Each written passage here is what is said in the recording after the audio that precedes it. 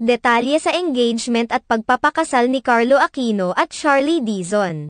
Muling naging laman ng mga usap-usapan sa social media ang magkasintahan na sina Carlo Aquino at Charlie Dizon matapos lumabas ang isyong tila nagbabalak na umanong magpakasal ang dalawa. Sa kamakailang vlog ng Showbiz Insider na si OG Diaz, isiniwalat niyang may nakarating sa kanya na mga isyo na umano'y nagbabalak ng magpakasal sina Charlie Dizon at Carlo Aquino. Ayon pa sa pahayag ni OG Diaz, nakilala na umano ni Carlo Aquino ang mga magulang ni Charlie Dizon. May mga kumakalat na ring mga larawan ng dalawa na magkasama sila sa iisang okasyon.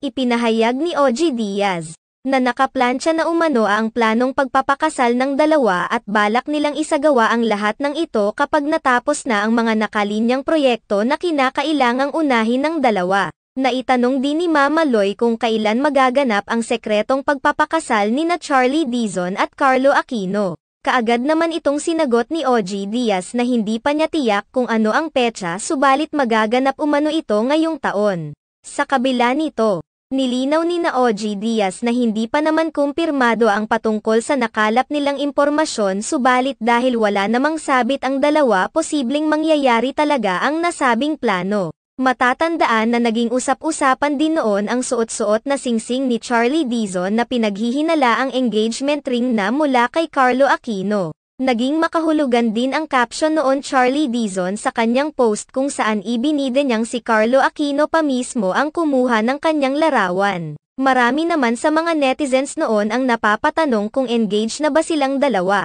Subalit naging tikom na ang kanilang mga bibig. Matatandaang naging malaking usap-usapan rin noon ang pag-amin ng dalawa sa kanilang relasyon dahil marami ang nagsasabing si Charlie Dizon ang naging dahilan ng paghihiwalay ni Carlo Aquino at Trina Kendaza. Gayunpaman, mariing pinabulaanan ni Carlo Aquino ang issue at sinabing matagal na silang hiwalay ni Trina Kendaza nang magsimula silang mag-date ni Charlie Dizon.